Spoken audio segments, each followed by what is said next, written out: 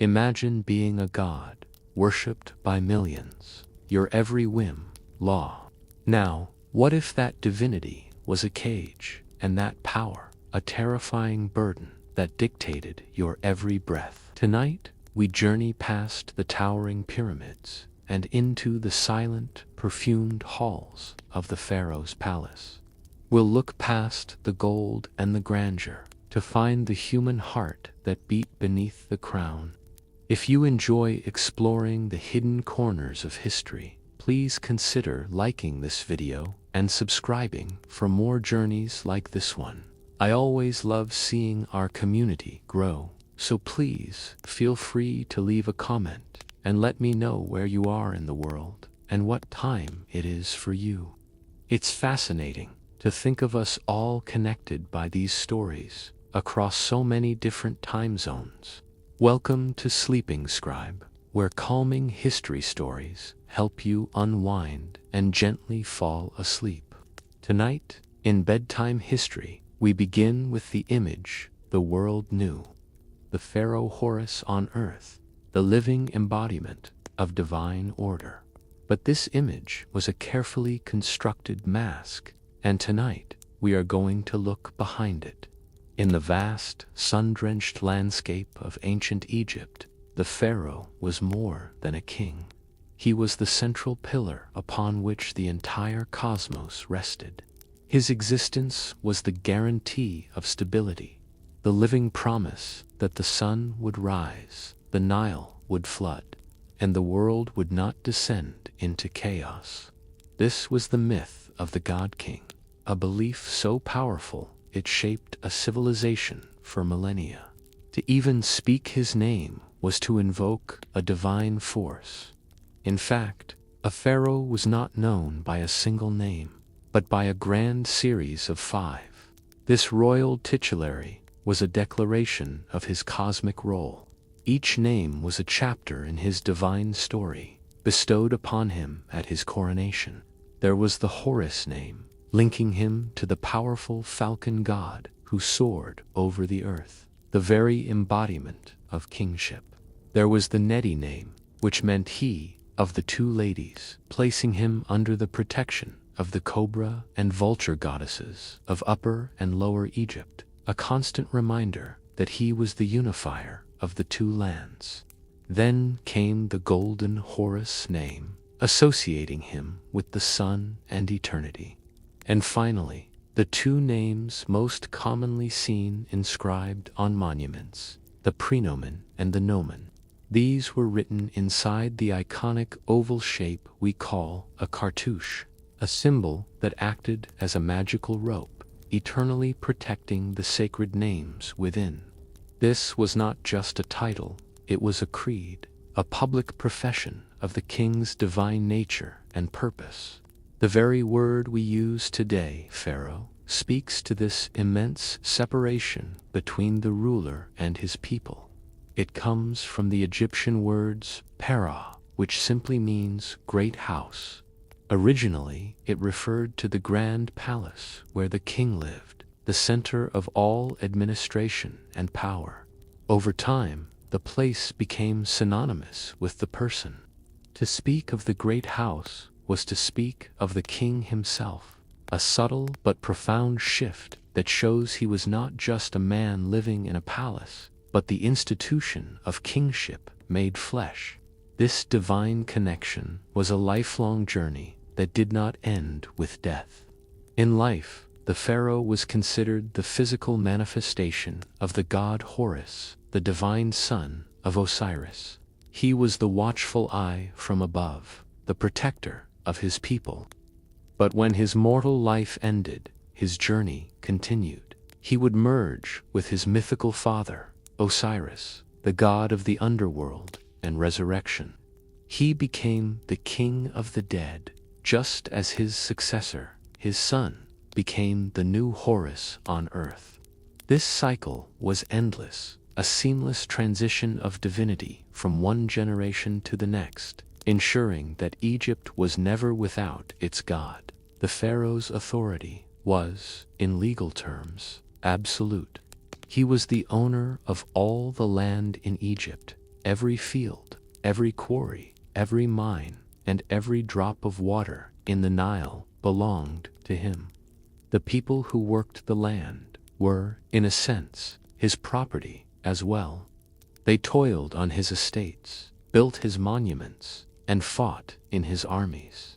This was not seen as tyranny, but as the natural order of things. The land and its resources were a gift from the gods, and the Pharaoh, as their sole representative on earth, was the steward of that gift. His spiritual authority was just as total. The Pharaoh was the high priest of every single temple in the land. From the grandest complex at Karnak to the smallest local shrine, he was the only one with the inherent right to communicate directly with the gods.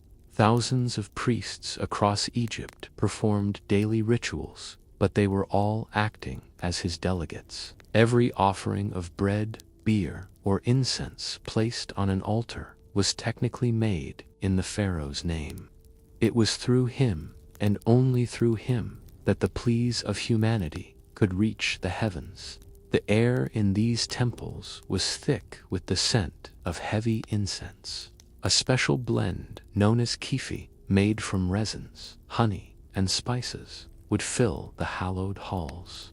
Its sweet, cloying smoke was believed to please the gods and purify the sacred space. As the Pharaoh walked through these chambers, the cool, smooth stone of the temple floor beneath his ceremonial sandals, he was walking in a space between worlds, a man and a god all at once. His single most important duty was the maintenance of Mat. This concept is difficult to translate, but it meant truth, justice, balance, and cosmic order. Mat was the divine principle that the gods had established at the creation of the world. It was the force that kept everything in its proper place. Failure to uphold Mat was unthinkable. It would mean the Nile might not flood, leading to famine. It could mean sickness, foreign invasion, or any number of disasters. The Pharaoh was the sole guarantor of Mat, and this responsibility was a crushing, relentless weight. Because of this, his public appearances were not simple royal parades. They were heavily orchestrated, deeply symbolic events designed to reinforce his divine nature. During the great Opet festival at Thebes, the king would lead a massive procession. Statues of the gods were carried from the temple of Karnak to the temple of Luxor, and the Pharaoh was at the center of it all. His divine nature renewed and reaffirmed before his people. As he emerged into the bright Egyptian sun, the light would catch his regalia, creating a blinding reflection from the polished gold of his collar and crown. Thousands upon thousands of his subjects would line the processional way. The air would be filled with the thunderous sound of them chanting his name, a wave of human reverence washing over him. For them, he was a living idol, a being of immense power and untouchable holiness. This untouchable nature was quite literal. To lay a hand upon the Pharaoh's person without his express permission was a grave offense, often punishable by death. He was set apart, a sacred vessel that could not be contaminated by the touch of ordinary mortals. This created a profound physical and emotional distance between the king and the people he ruled. He could see them, and they could see him, but there was an invisible barrier that could never be crossed. This separation was immortalized in Egyptian art. On the walls of temples and tombs, the Pharaoh is depicted on a grand scale. He stands as tall as the gods themselves, engaging with them as an equal. In contrast, common mortals, if they are shown at all, are rendered as tiny figures at his feet. His wives, his children, and his most powerful officials are all smaller, a clear visual statement of the divine hierarchy. The message was clear. He was of a different order of being. Even foreign rulers, the great kings of Babylon, Assyria, and the Hittite Empire acknowledged his unique status. In the diplomatic letters they sent to the Egyptian court, a collection known today as the Amarna letters, they would address the pharaoh with the utmost reverence. They called him "my son," a title recognizing that, like the sun in the sky, he was a singular source of life and power in their world. He was not just a king among kings, but something far greater. At the center of this magnificent image, holding it all together, was a single human being, a man who, from his first breath, was told he was a god. He wore a crown of immense power, but also of immense weight. The uraeus, the stylized cobra of kingship that sat upon his brow, was often made of solid gold. It was a constant, heavy pressure on his forehead, a physical reminder of the unyielding burden of his divinity. But this divine image, crafted in stone and gold, concealed a far more complex reality. For the human chosen to be this vessel, the burden of divinity began not with a coronation, but in the cradle. Long before a prince could ever hope to wear the double crown, his life was one of relentless preparation. A future pharaoh was not raised like other children, not even like other royal children. He was a state asset, a prophecy waiting to be fulfilled. His childhood was not a time of play, but of intense and grueling education within the secluded walls of the palace. Many princes were educated in a special institution called the Cap, a sort of royal academy. Here, they were not taught by ordinary teachers, but by the most esteemed tutors in all of Egypt. These were men of great learning and political influence, viziers, high priests, and decorated generals. The prince was their singular focus, their living project. His mind was to be shaped into the perfect instrument of divine rule. The curriculum was vast and demanding. The young heir had to master the intricate art of literacy. This meant learning not just the beautiful and complex hieroglyphs seen on monuments, but also the faster, cursive script known as hieratic, used for everyday administrative documents. He would spend countless hours hunched over a papyrus scroll, the scratch of his reed pen the only sound in the quiet room. He studied mathematics, not just for its own sake, but because it was essential for architecture, for calculating crop yields, and for organizing a massive state bureaucracy. He learned astronomy to understand the calendar, the seasons, and the celestial movements that were seen as messages from the gods. His education in theology was profound. He had to learn the intricate genealogies of the gods, the complex myths, and the endless rituals that governed the life of the nation. These lessons were often taught by a priest whose monotonous drone would fill the hot afternoons as he recounted the ancient stories. In the prince's mind, the line between his own royal family and the family of the gods was intentionally blurred, until they were one and the same. But a pharaoh could not rule from a library alone. He had to be the embodiment of strength and martial prowess. From a very young age, a prince was expected to master the arts of war. He would spend long, punishing hours training under the hot Egyptian sun, the sting of sweat in his eyes as he learned to draw a powerful war bow. He was trained to become an expert charioteer, a skill that was the hallmark of a great warrior king.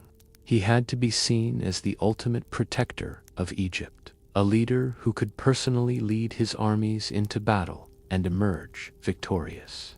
This highly structured life, unlike other children, even those of the high nobility, the royal heir rarely interacted with anyone outside the innermost circle of the court.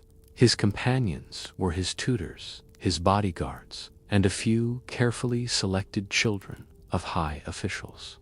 He lived inside a bubble of immense political pressure and constant observation. Every word he spoke was noted, every action analyzed.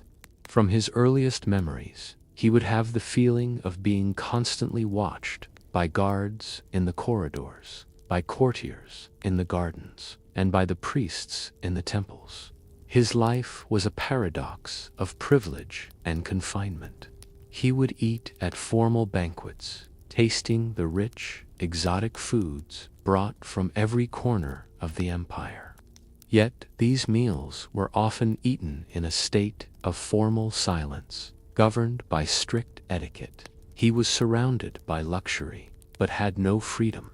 His health was not a private matter, but an issue of state security. Every fever, every cough, was a potential crisis that could throw the stability of the succession into doubt. Physicians would attend to him constantly, their remedies and incantations a regular part of his life. As he grew into a teenager, he would be given minor titles and responsibilities to prepare him for the burdens of rule. He might be appointed as an overseer of the army or given some administrative role in the treasury. These were real jobs with real consequences, designed to test his abilities and teach him the practical realities of governing a vast kingdom. This was his apprenticeship, played out on the grand stage of the Egyptian state. This preparation, however, could create its own tensions. The relationship between the reigning pharaoh and his chosen heir was often a complicated one. If a king lived a long and healthy life, his son could spend decades as the crown prince, forever waiting in the wings. This could lead to impatience and resentment. The father might see his son's growing ambition as a threat, while the son might feel his own life is passing him by. The greatest threat, however, often came from closer to home. Sibling rivalry in the royal palace was a deadly, serious affair. The pharaoh often had many wives and a large harem, resulting in numerous children. A prince's most direct rivals for the throne were his own brothers and half-brothers. The palace was a place of factions and conspiracies, where ambitious queens would plot to place their own son on the throne. The crown prince had to learn to be wary, to navigate the treacherous currents of court politics from a very young age. Even the prince's most personal relationships were dictated by the needs of the state. His marriage was not a matter of love or personal choice, but a crucial strategic decision to keep the royal bloodline pure and concentrate divine essence. A prince was very often married to a close relative, frequently his own sister or half-sister. This was a sacred duty designed to ensure that the next Horus on the throne was of the purest possible divine lineage. All of this, the endless lessons, the physical training, the political maneuvering, and the profound isolation, was designed to forge a man into a living god. It was a process of stripping away his individuality and replacing it with a sense of divine destiny. This intense preparation was for a single moment, the day the old god-king died and the prince had to ascend. It was the moment the cage door would officially close forever. The death of a pharaoh was the most dangerous moment for the Egyptian state. It was a time of profound cosmic crisis. The living Horus was gone, and for a brief, terrifying period, the link between the gods and humanity was severed. In the world of the ancient Egyptians, this meant that Mat, the divine order, was broken. Chaos, the eternal enemy, was waiting at the borders, ready to seep in and destroy everything. Inside the palace, the news would not be shared with the public. The king's death was a closely guarded secret. The court needed time for the heir to secure his position, and time for the sacred rites to begin. The corridors of the great house normally bustling with activity, would fall into an eerie silence. The only sounds would be the frantic whispering of courtiers in shadowed corners, their faces etched with anxiety and uncertainty. The first and most immediate pressure fell upon the heir. While he might be grieving the loss of his father, there was no time for personal sorrow. He had to act immediately to prove that he was the rightful successor. His first duty was to become the chief mourner for the deceased king. He had to personally oversee the long and complex process of mummification, a sacred period that lasted for 70 days. This 70-day window was a time of immense political precarity. While the embalmers did their sacred work, the kingdom held its breath. It was during this interregnum that any rivals to the throne would make their move. A disgruntled brother, an ambitious general, or a powerful high priest might see this moment of weakness as their opportunity to seize power. The new king had to be vigilant, using the palace guard and his network of loyal officials to quell any dissent before it could erupt into open rebellion. The process of embalming itself filled the royal workshops with a strong, cloying smell. The scent of natron, the natural salt used to dry the body, and the sweet, heavy aroma of resins and perfumes would hang in the air. For the new pharaoh, these smells would forever be associated with this anxious time of transition. He would wear the heavy, dark mourning robes of the royal family, a constant public display of his filial piety, even as he worked tirelessly behind the scenes to consolidate his power. To legitimize his rule, the heir had to demonstrate that he was the one to restore order. One of his first official acts was to smite his enemies. This was often a symbolic act, depicted in grand reliefs where the new king is shown, grabbing a handful of foreign captives by the hair and raising a mace to strike them. It was a powerful piece of propaganda, a clear message to the people of Egypt and to its neighbors that a new, strong ruler was on the throne, and that the chaos of the interregnum was over.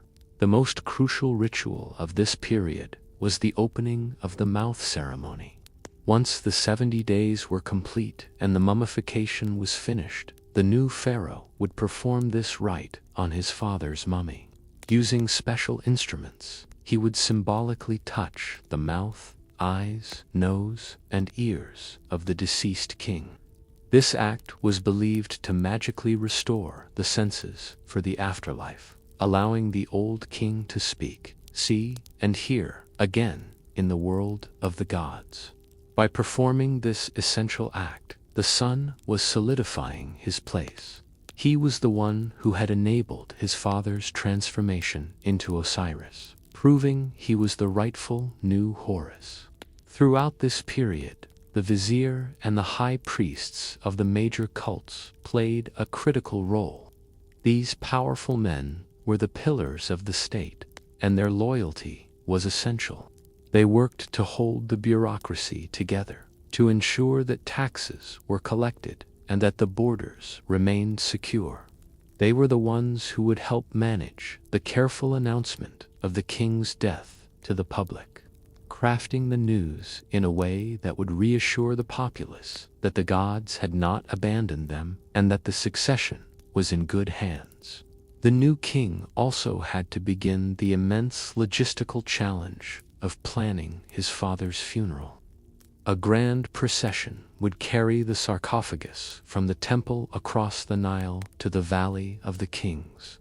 This was a massive security operation, designed to protect the body of the king and the immense treasures that would be buried with him.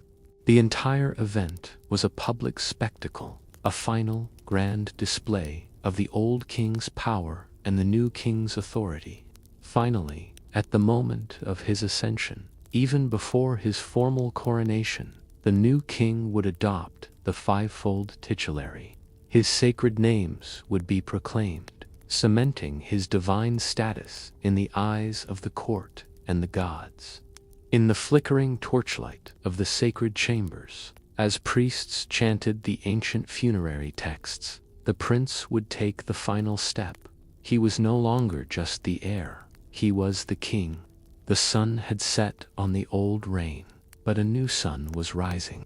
Once the old king was laid to rest and the succession was secure, the heir faced his own transformation. Through the grandeur of the coronation, the man would be subsumed by the divine office. The coronation of a pharaoh was not a simple celebration of a new reign. It was a profound religious event, a series of ancient and powerful rituals that would irrevocably bind the man to his sacred duties. It was the moment he ceased to be an individual and became the living embodiment of the state, the physical vessel for the god Horus. This transformation took place in a sacred location, often within the massive temple complex of Karnak in Thebes or the ancient capital of Memphis. The ceremony began with the new king being presented with the fundamental regalia of his office. He would take into his hands the crook and the flail, the heka and the nekaka. The crook, a shepherd's staff, symbolized his role as the gentle guide and protector of his people. The flail, a rod with hanging beads, represented his authority to punish and to separate the wheat from the chaff, ensuring justice. Holding these two objects, he was both shepherd and judge, a balance of mercy and power. The smooth, cool feel of the polished wood and gold in his hands was the first touch of his new reality. The climax of the entire ceremony was the moment he received the double crown of Egypt, the Pishant. This was not a single crown, but two crowns combined. The white crown, tall and conical, represented his rule over Upper Egypt in the south. The red crown, a wider, more open shape, with a distinctive curl, symbolized his dominion over Lower Egypt in the north. Placed together on his head, they were a potent symbol of the unified kingdom. The two lands made one under his rule. The weight of this crown, often made of or decorated with solid gold, was immense and surprising. It was a heavy physical burden, a constant reminder of the weight of the nation that now rested solely upon his shoulders. As the crown was placed on his head, the vast temple complex would erupt in sound. The blast of trumpets and the rhythmic shaking of sistrums, the sacred rattles used by priestesses, would echo off the stone columns. It was a sound designed to reach the heavens, to announce to the gods and to the people that order had been restored and a new Horus was enthroned. The new king was then anointed with sacred oils by the high priests of Amun-Ra and Ptah, the most powerful gods in the pantheon. This act purified him, setting him apart from all other mortals forever. To prove his physical fitness to rule, the king had to perform a ritual run. This ceremony, sometimes called the running of the Apis bull, required him to run a circuit around a series of markers. It was a demonstration of his vitality and strength, a promise to the people that he was vigorous enough to lead them and to ensure the fertility and prosperity of the land. At this point, his new royal names, the prenomen and nomen he had chosen, were officially proclaimed to the court and to the world. These names often contained a declaration of his devotion to a particular god, like Ra or Amun, and would be carved onto monuments for all eternity. In a solemn moment, he would make a ceremonial declaration to the assembled statues of the gods. He would promise to uphold Mat, to protect Egypt from its enemies, to feed his people, and to honor the gods with temples and offerings. This was his sacred oath, a contract between himself and the divine that he could never break. The calendar of the entire kingdom was reset. The day of his coronation marked the official beginning of year 1 of his reign. History, in a sense, began anew with him. Finally, he would be presented to the people. As he emerged from the temple into the sunlight, he would be met with an overwhelming sight. Thousands upon thousands of his subjects, a vast sea of humanity, would be prostrate on the ground before him. They would not dare to look him directly in the eye. To do so would be to look upon the face of a god, an act of unimaginable audacity. For the new king, this moment was the final confirmation of his transformation. He would look out upon his people, but he was no longer one of them. He would taste the ceremonial wine and bread that had first been offered to the gods, a communion that sealed his new status. From this moment forward, his personal identity, the man he had been, was gone. It was secondary, a ghost that lived inside the divine office. He was no longer a son, a brother, or a husband in any normal sense. He was the Pharaoh. The cage, though gilded and glorious, was now locked. The man was gone, and the God King now sat on the throne. But what did that truly mean for his day-to-day existence? If you're still awake, perhaps you can share in the comments what you think the most difficult part of being a pharaoh would be. The coronation was complete. The man had been erased, replaced by the god. But as the celebrations faded and the last echoes of the trumpets died away, a new reality dawned. The pharaoh's life from this point forward would not be one of spontaneous command or leisurely luxury. It would be a relentless, crushing routine. He was no longer a ruler in the simple sense of the word. He was the chief component, the primary gear, in a vast and complex divine machine, and his every moment was dedicated to ensuring that it never stopped turning. His first day as the living Horus, and every day that followed for the rest of his life, began in the cold and the dark. Long before the first hint of light appeared over the eastern desert, the pharaoh was awake. His day began not with a discussion of state affairs, but with a ritual of purification. In the deep, predon chill of the stone palace, he was led to a sacred chamber. Here, he was laved with holy water, drawn from a temple's sacred lake. This was not merely washing, it was a spiritual cleansing, a preparation of the mortal vessel for its encounter with the divine. Once purified, he was dressed by his attendants. This too was a ritual. Each piece of clothing, each amulet, each item of regalia was placed upon him with practiced, solemn care. He would be wrapped in fresh, pure linen, the fabric of the gods. Specific amulets, prescribed by ancient texts, were draped around his neck and tied to his arms, each one a prayer in solid form, designed to protect him and enhance his power. He was being assembled, piece by piece, into the perfect instrument for the day's most critical task. His primary morning duty was to make his way to the state temple. As he walked through the silent columned halls, he was utterly alone in his purpose.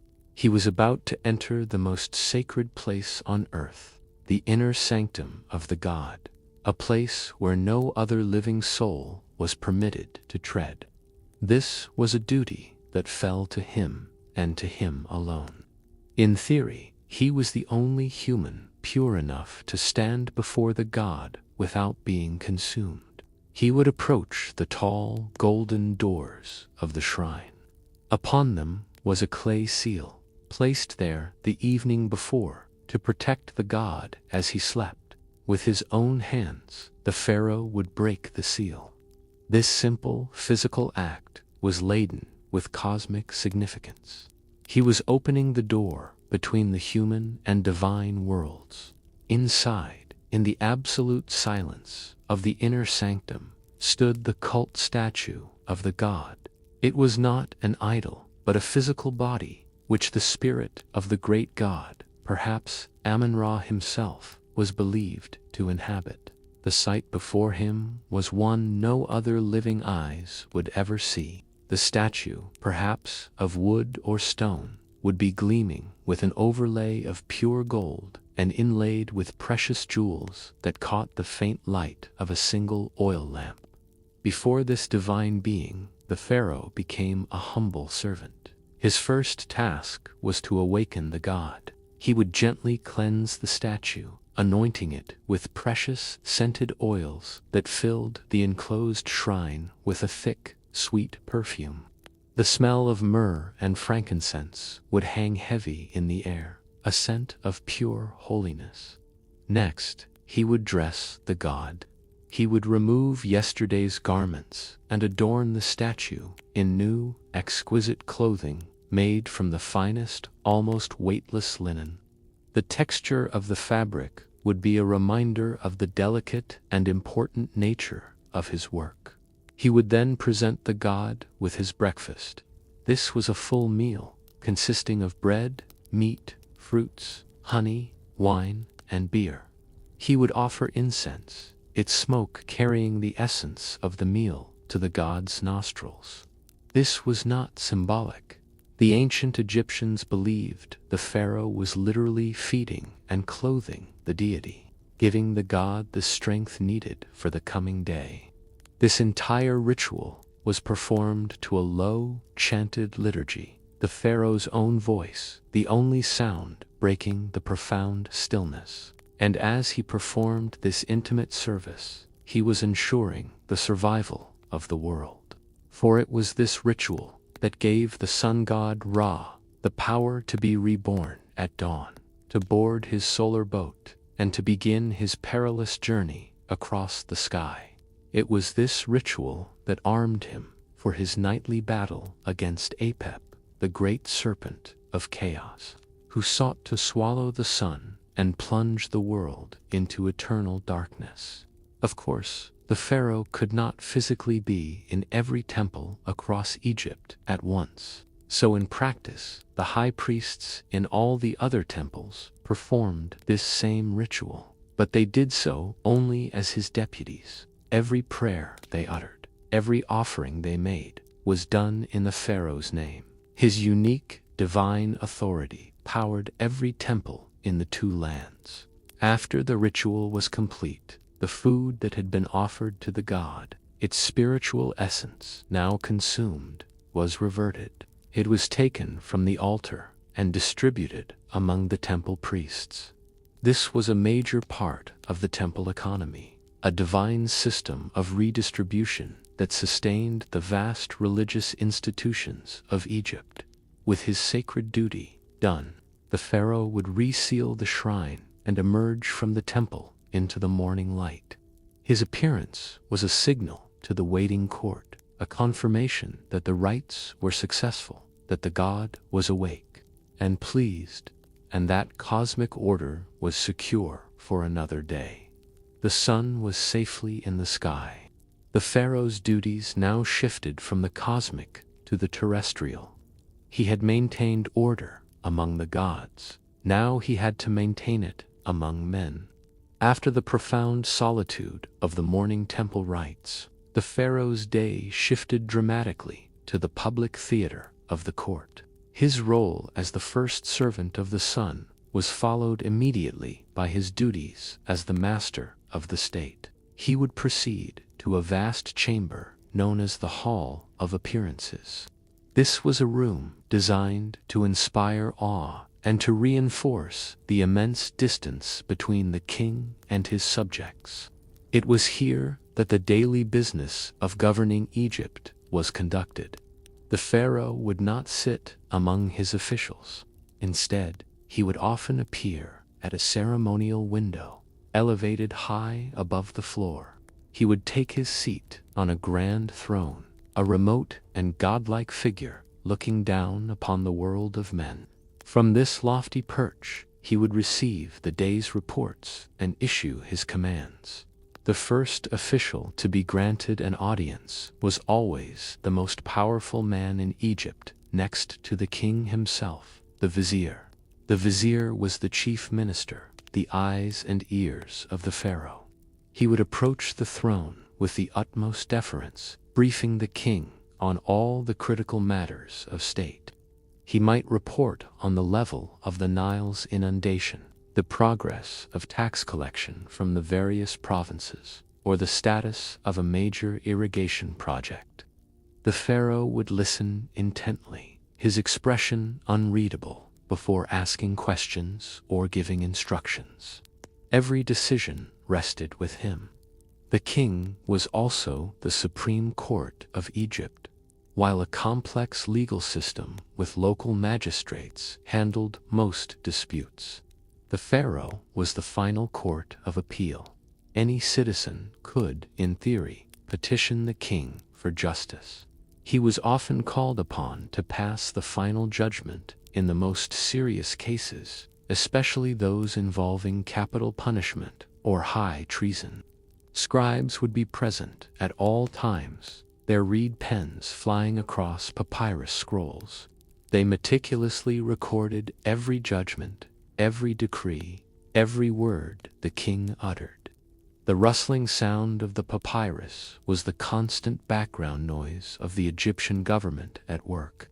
The day would be a long succession of such briefings. The hall of appearances would be filled with dozens of courtiers and officials, all dressed in pristine white linen, all arranged in a strict hierarchy according to their rank.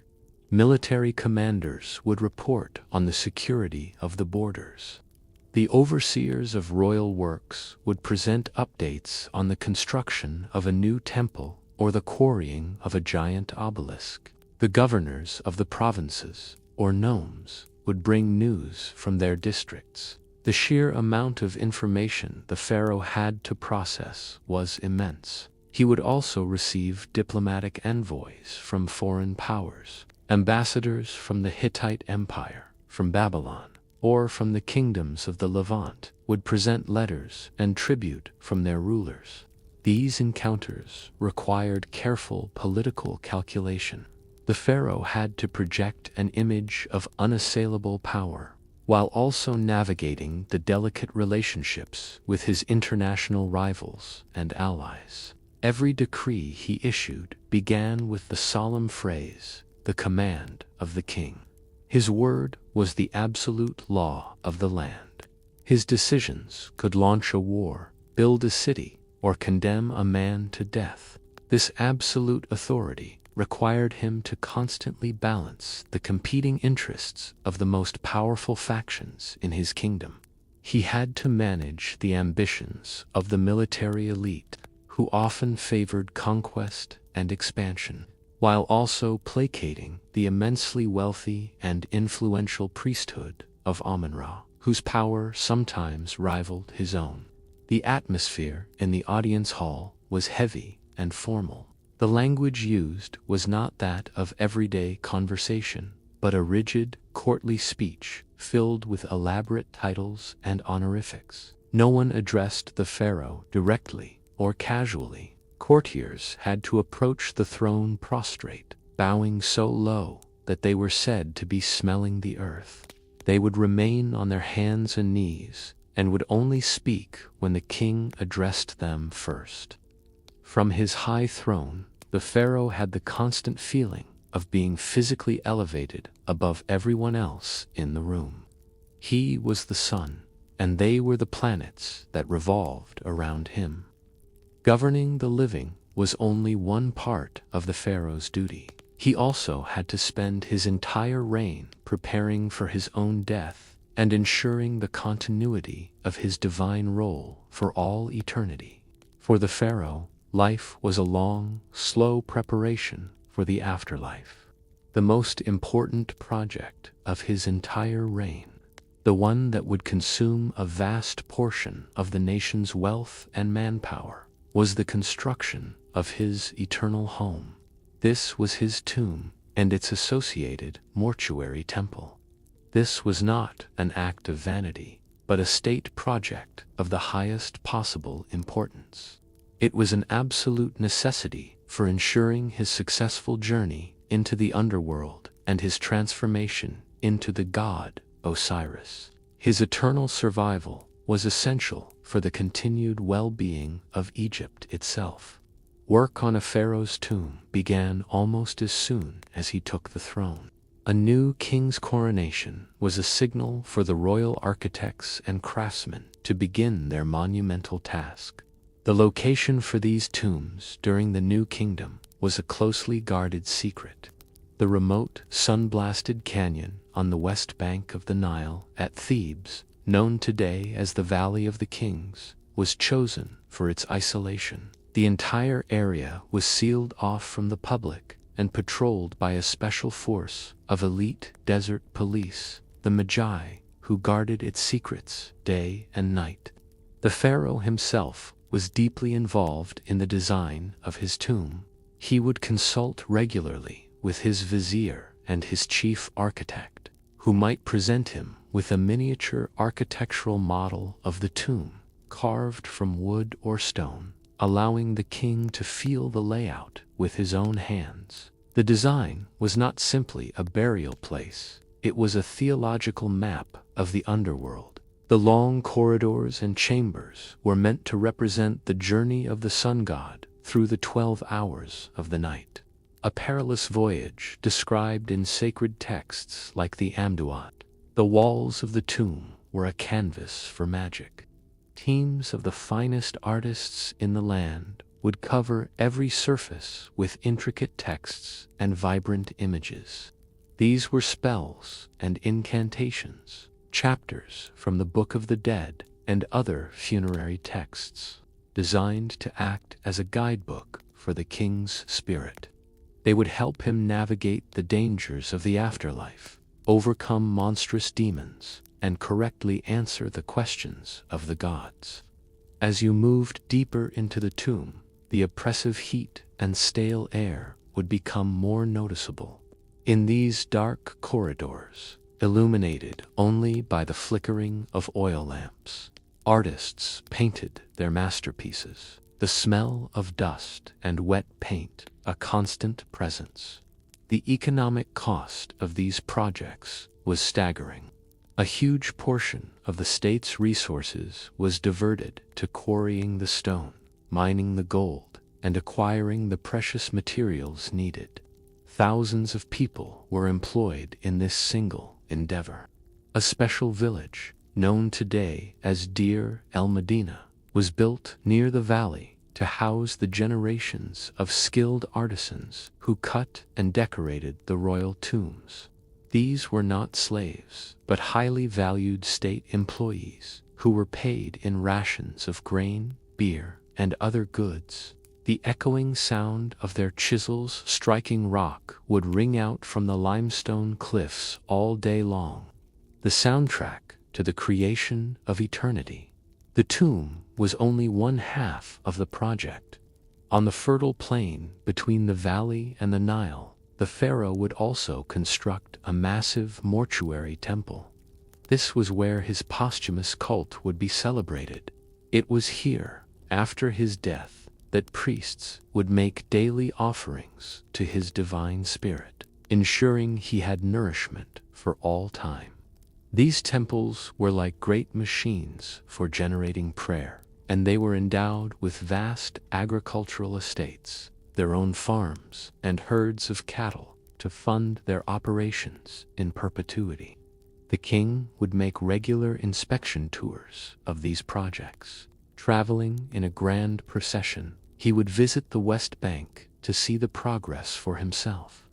These visits were state affairs, reinforcing the importance of the work. For the pharaoh, seeing the vibrant, freshly painted hieroglyphs on the walls of his own tomb was to see his own immortality taking shape. Yet, there was always a constant pressure, a race against time. The great fear was that the king would die unexpectedly before his tomb was complete. If the king fell ill, the work would become frantic, with artists sometimes taking shortcuts, their careful work becoming rushed, all in a desperate attempt to finish the house of eternity before its owner arrived. While building for eternity was a constant pressure. Certain moments in a long reign brought a unique and grueling test of the pharaoh's endurance, a trial designed to prove he was still fit to rule. For a pharaoh who was granted a long life, there came a unique and terrifying trial, a public performance where his very fitness to rule was placed under intense scrutiny. This was the said festival, or Heb said. It was an ancient and sacred royal jubilee, with traditions dating back to the very dawn of Egyptian history. Typically, it was first celebrated in the 30th year of a king's reign, and then every 3 years thereafter. On the surface, it was a celebration of the king's long rule. In reality, it was a grueling ritual test of his physical and spiritual vitality. As a king aged, the court and the country would begin to watch him for any signs of weakness. A frail pharaoh was a cosmic danger. A crack in the foundation of the said festival was designed to magically rejuvenate the aging king and to prove to the gods and the people that his strength had not failed. A special festival court would be constructed, with colorful banners and temporary shrines, transforming a section of the capital into a grand stage for this divine drama. A central and most demanding part of the festival was a ritual run. The pharaoh, who might now be an old man, had to don a special short kilt and publicly run a course between 2 territorial markers.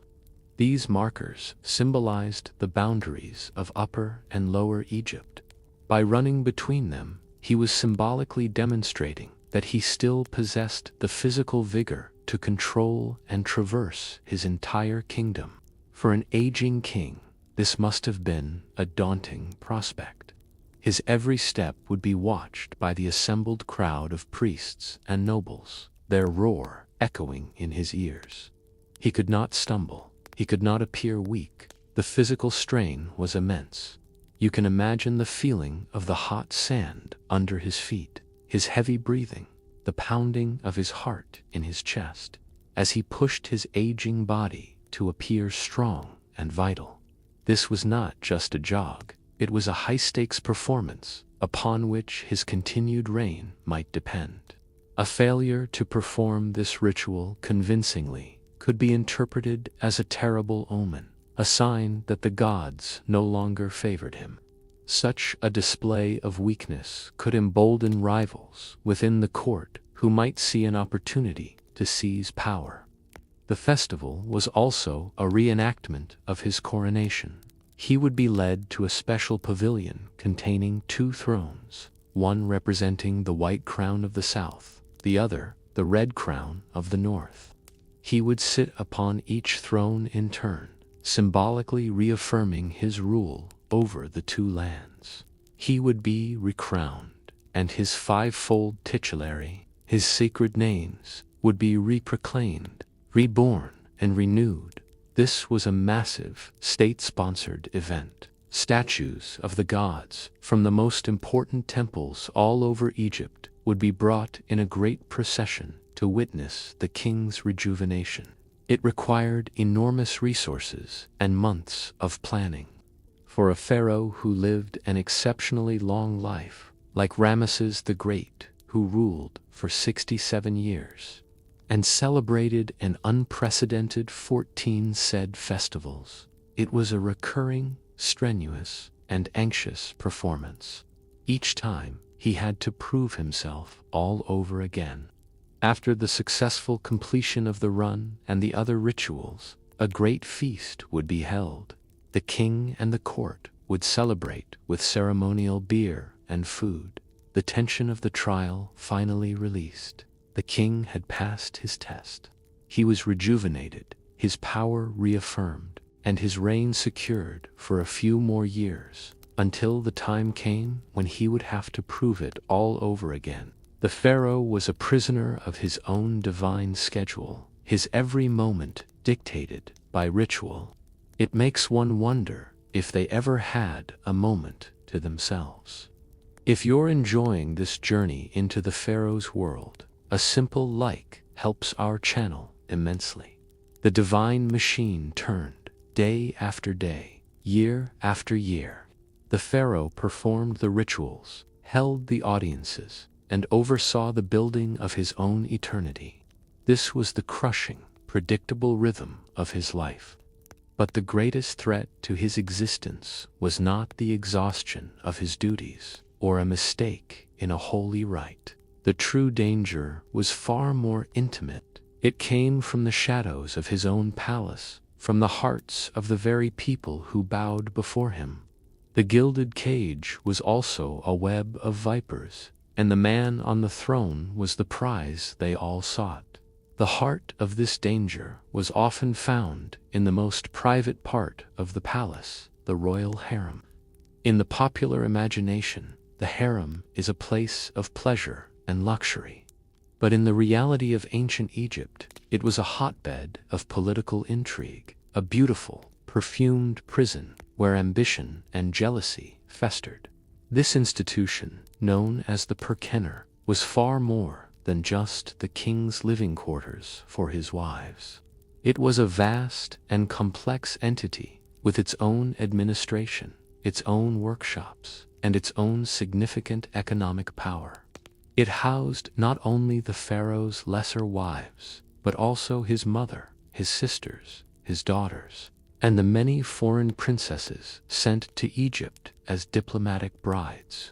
Each of these women was part of a delicate hierarchy, and each had her own interests to protect. The sons of these different wives were natural rivals. While the child of the great royal wife was usually the designated heir, nothing was ever truly certain. A mother's primary goal was to gain the king's favor, to advance her own son's position, and perhaps, behind intricately carved wooden screens, you would hear the sound of hushed, urgent whispers. Plots and counterplots discussed in low voices. The air was thick with the sweet, heavy scent of lotus perfume, but beneath it was an undercurrent of fear and suspicion. The pharaoh would see beautiful, smiling faces that offered him comfort and pleasure, but any one of them might hide a deadly ambition. The most chilling proof of this danger comes from the reign of Ramesses III, documented in a remarkable document we call the Judicial Papyrus of Turin. This scroll details a shocking plot known as the Harem Conspiracy. A lesser wife of the king, a woman named Tai, was not content for her son Pentawar to live in the shadow of the chosen heir. Driven by ambition, she became the center of a wide-ranging conspiracy to assassinate the pharaoh and seize the throne. The plot was sophisticated and terrifyingly intimate. Tai conspired with officials, both inside and outside the palace. She drew in other women of the harem, high-ranking stewards, and even military commanders who had access to the king. Their plan was twofold. They would stir up a rebellion in the provinces while simultaneously striking at the king himself. The conspirators even resorted to magic, creating wax figurines of the pharaoh and his guards, believing these effigies could be used to weaken and disable their targets. The pharaoh's life was governed by a strict and predictable routine, from his morning rituals to his evening meal. This regularity made him a vulnerable target for those who had intimate access to the palace, for those who knew his every move. A conspirator could easily know where the king would be at any given hour. They could feel the coolness of a vial of poison as they prepared to mix it into a jar of wine, or feel the rough texture of a hidden papyrus scroll as they passed a secret message detailing their deadly plan. The harem conspiracy against Ramesses III was eventually discovered, and the plotters were put on trial. The papyrus records their names and their grim fates. Many were sentenced to death, while others, including the Prince Pentawar, were forced to take their own lives. But the trial records are eerily silent about one key detail: the ultimate success of the plot. For a long time, it was believed the conspiracy failed. But recent examinations of Ramesses III's mummy have revealed a shocking truth. His throat had been slit by a sharp blade, a wound deep enough to be fatal. It seems the vipers in his own house did strike their target. The God King was murdered by those closest to him. This was the world the Pharaoh inhabited. The great royal wife, for all her power and status, had to be constantly wary of the rivals in the harem. The powerful eunuchs who served as guards and administrators were often the gatekeepers of information, and their loyalty could be bought. Every wife, every child, every servant was a potential threat. The enemy was not at the border, but in the house of women. The threat was not just from ambitious wives. The very men the Pharaoh entrusted with the running of his kingdom could also be the source of his greatest danger. The Egyptian court was a whispering gallery of powerful, competing factions, and the king sat at the center of this treacherous web, forced to play a constant game of political chess to survive. 3 pillars of power supported the throne, and any one of them, if it grew too strong, could cause it to crumble. There was the priesthood, the military, and the civil administration. Each was a world unto itself, with its own leader, its own ambitions, and its own agenda. First among these was the priesthood of the great state god, Amun-Ra. During the height of the New Kingdom, the temple of Amun-Ra at Karnak became incredibly wealthy.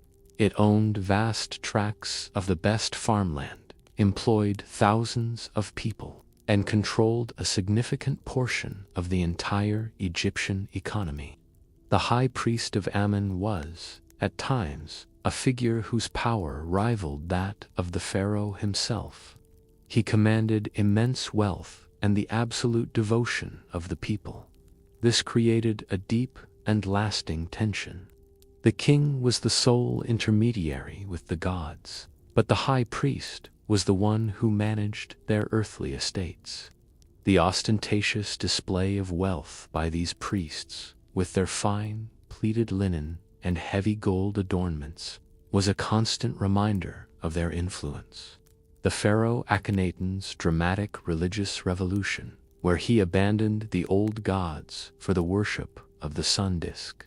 The Aten was in part a desperate and ultimately failed attempt to break the power of the Amun priesthood. The second pillar was the civil administration, controlled by the vizier.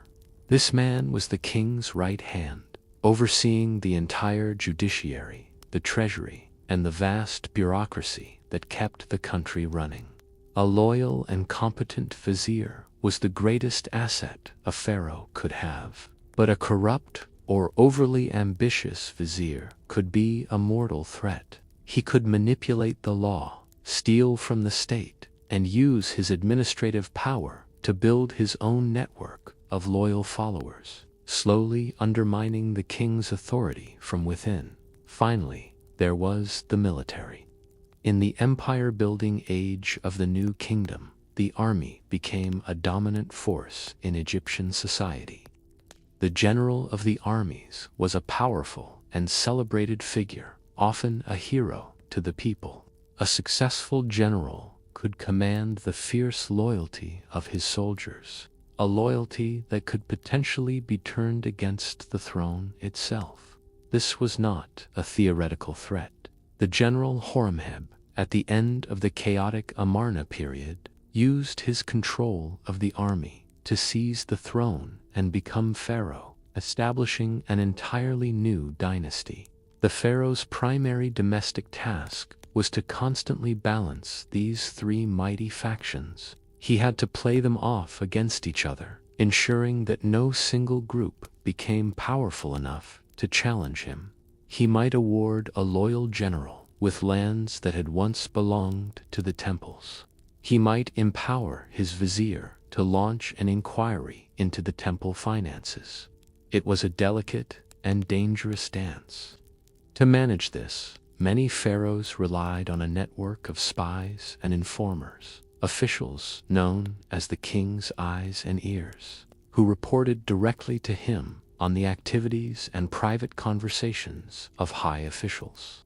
In the middle of a grand royal audience, one might see the subtle exchange of knowing glances between two powerful men, a silent communication that the king's spies would be expected to notice and interpret.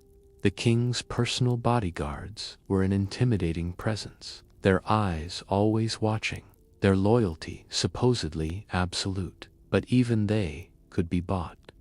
The court was a place of false deference, where the voice of an ambitious courtier would be filled with honeyed words of praise for the king, even as his heart was filled with treason. A pharaoh who was seen as weak, indecisive, or ineffective would quickly find his authority eroded. A heavy silence would fall over the audience hall when he showed a moment of indecision, a silence filled with the unspoken judgments of powerful men. Slowly, they might begin to govern in his name, making decisions and issuing decrees until the pharaoh was little more than a prisoner on his own throne. The whispering court was often a far more dangerous battlefield than any foreign field of war. While vipers whispered in the palace, threats also loomed beyond Egypt's borders. The pharaoh had to be a warrior king, but every campaign carried the risk of defeat, or worse, betrayal from his own army. The divine image of the pharaoh was built on the idea of him as an invincible warrior, the mighty bull who trampled his enemies underfoot. Propaganda was essential. The outer walls of the great temples were covered in monumental reliefs depicting the king in his chariot, single-handedly scattering his foes. But the reality of war was far more perilous and uncertain. Maintaining a vast empire, stretching from Nubia in the south to Syria in the north, was a constant, bloody struggle. The most famous example of this precarious reality is the Battle of Kadesh. Fought around 1274 BC, the young pharaoh, Ramesses II, led his army deep into Syria to confront the powerful Hittite Empire. On the walls of his temples back in Egypt, Ramesses portrayed the battle as his greatest triumph. The reliefs show him realizing he has been led into a Hittite ambush. His army is scattered, but through his own superhuman strength and the direct intervention of the god Amen, he personally charges the enemy, rallying his troops and winning a glorious victory. The Hittite records, however, tell a very different story. They speak of a bloody stalemate in which the Egyptian army was nearly annihilated, and the pharaoh himself was lucky to escape with his life. The truth likely lies somewhere in between. What is certain is that Kadesh was a near disaster, a terrifying moment that shattered the illusion of invincibility. For the men on the battlefield, the experience was not one of divine glory, but of visceral chaos. The clash of bronze shields, the whir of arrows, and the screams of dying men.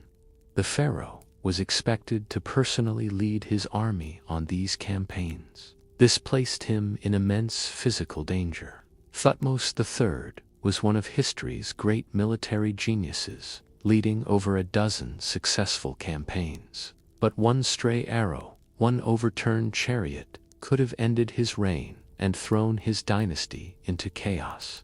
During a long campaign in the desert, the king would endure the same hardships as his men. The grit of sand constantly in his eyes and mouth, the smell of horses and sweat, a constant presence in the military camp. A military defeat was more than just a strategic loss, it was a theological crisis.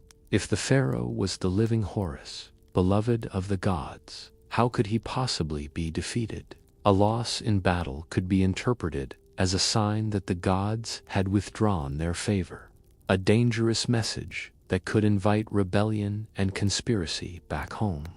This is why propaganda was so crucial. The king had to control the narrative, to present every outcome as a victory, ordained by the gods and achieved through his personal heroism. Beyond grand battles with rival empires, there were the constant, nagging pressures of imperial administration. The Amarna letters, a cache of clay tablets found in Egypt, reveal a world of bickering vassal kings in Canaan and Syria. They were constantly plotting against each other and writing desperate, pleading letters to the pharaoh. One can imagine the king in his palace, feeling the rough texture of a clay tablet, reading an urgent plea for troops and gold from a distant, disloyal prince to protect its borders and trade routes. Egypt had to build and maintain a chain of massive forts in the harsh deserts of the Sinai and the south of Nubia. These garrisons had to be constantly supplied, a huge logistical challenge, and new threats were always emerging. Near the end of the New Kingdom, a mysterious confederation of naval raiders, known to the Egyptians as the Sea Peoples, swept across the Mediterranean, bringing down empires.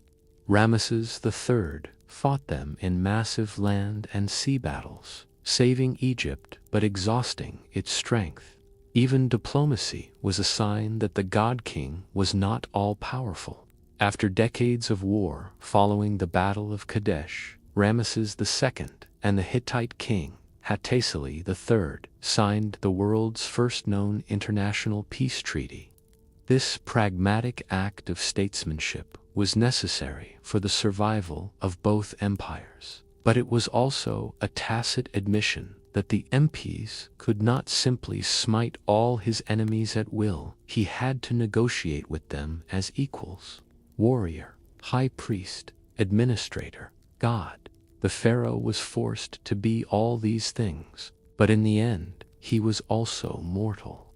And for a man who lived a life of such profound isolation, the final journey was the loneliest of all, surrounded by 1,000 courtiers, yet utterly alone, worshipped by millions, yet truly known by none. This was the final, tragic paradox of the pharaoh's existence. After navigating the treacherous politics of his family, his court, and his empire, he was left with the profound, unshakable reality of his own isolation. The very divinity that gave him his power also built an impenetrable wall around his humanity. The strict, formal etiquette of the court made any genuine, informal human interaction impossible. No one could speak to him as an equal. No one could clap him on the shoulder, share a private joke, or offer simple, unvarnished advice. Every conversation was filtered through layers of protocol and deference. His only potential confidants, perhaps his mother or his great royal wife, were themselves constrained by the same rigid system. Their relationships were defined by their official roles first, and their personal bonds a distant second. The touch of his own children might feel more like a formal greeting required by court ceremony than a spontaneous gesture of affection. The pharaoh's own body was not his own. It was an object of state, a sacred vessel whose health was a national security secret. Any sickness, any sign of physical weakness, had to be concealed at all costs. To be ill was to suggest that the divine order was faltering. He could not show pain or weariness, even to his own physician. He ate his meals alone, or only with his most trusted family members, and every dish, every sip of wine was first tasted by someone else, a constant, paranoid precaution against poison. While ordinary Egyptians valued their families and their village communities, the Pharaoh lived in a gilded bubble. He observed his people only from a distance, a remote, shining figure in a festival procession. He never walked through a marketplace, never shared a beer with a friend, never knew the simple pleasure of anonymity. The concept of friendship, as we understand it, was likely impossible for him. Every relationship he had was transactional, defined by power, status, and need. He had allies and servants, but no true peers. This profound isolation could drive a king to extremes. The story of Akhenaten, the heretic king, is a cautionary tale. He radically broke from centuries of tradition, attempting to reshape Egyptian religion entirely. His actions alienated the powerful priesthood and the military, and ultimately led to his entire legacy being systematically erased by his successors. Perhaps his revolution was not just a theological one, but the desperate act of a profoundly lonely man, trying to create a more direct, personal connection with his God, because he had none with the people around him. As the years and decades passed, the relentless duties would take their toll. For an aging pharaoh, the constant rituals, the endless audiences, and the weight of the crown would have become physically and mentally exhausting. In the vast, echoing throne room, after the last courtier had departed for the night, he would be left with only his thoughts, and perhaps the sight of his own reflection in a polished bronze mirror, the only person he could truly look in the eye.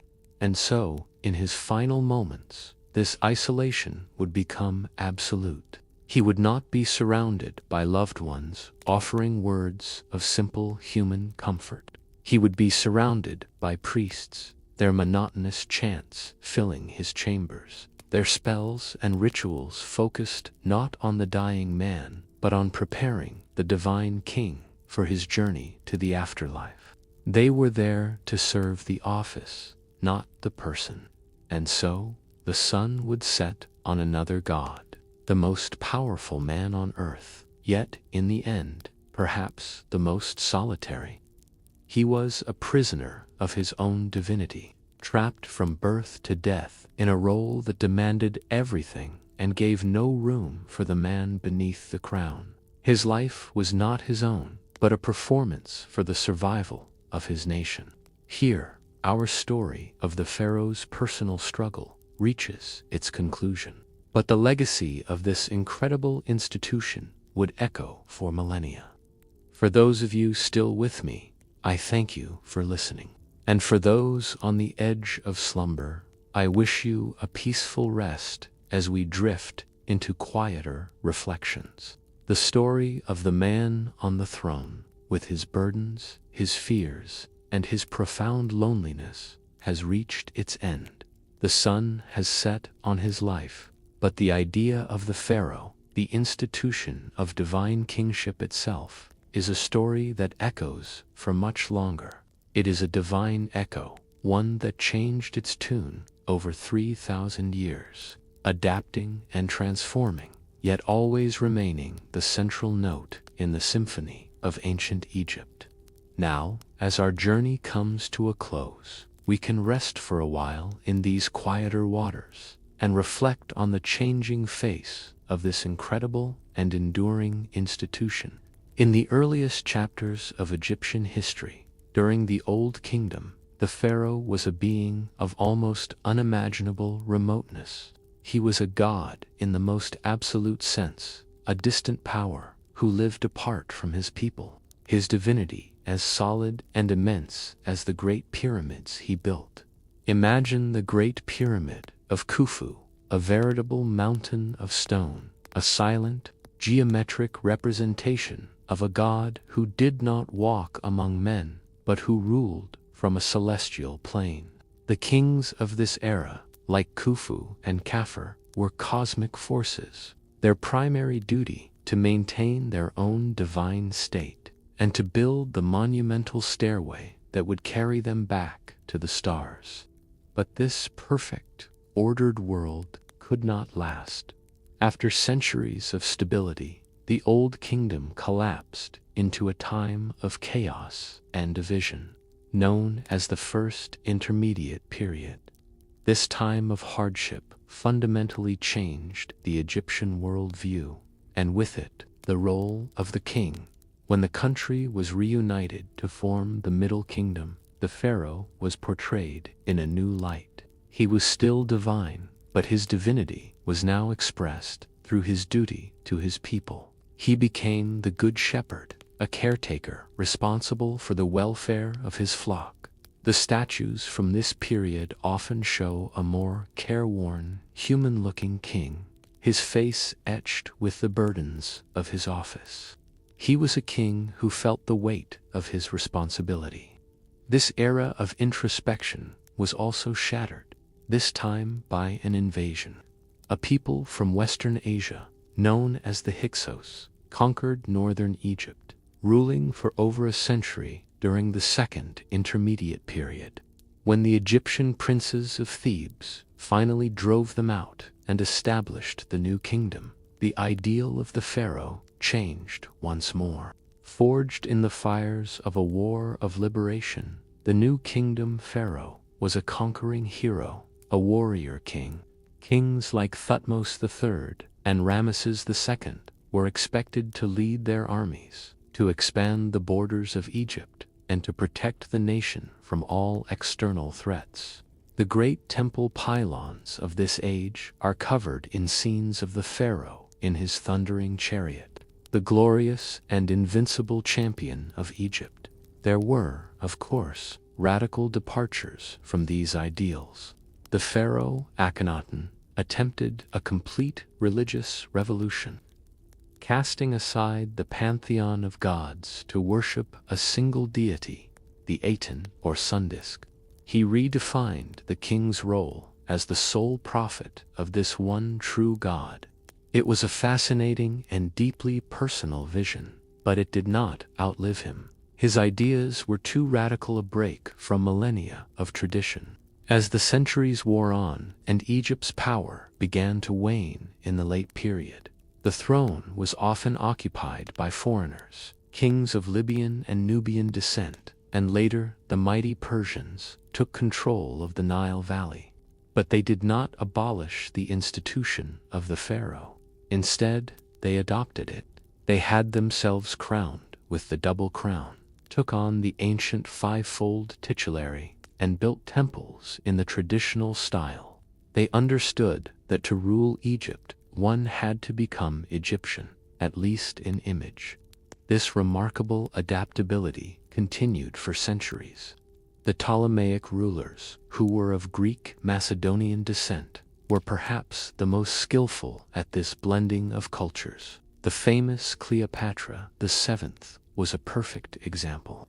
To her Egyptian subjects, she was depicted on temple walls as the goddess Isis, presenting offerings in the traditional pharaonic style. But in her capital city of Alexandria, where the sound of Greek filled the marble colonnades, she presented herself as a Hellenistic queen, a patron of learning, and a player in the grand politics of the Mediterranean.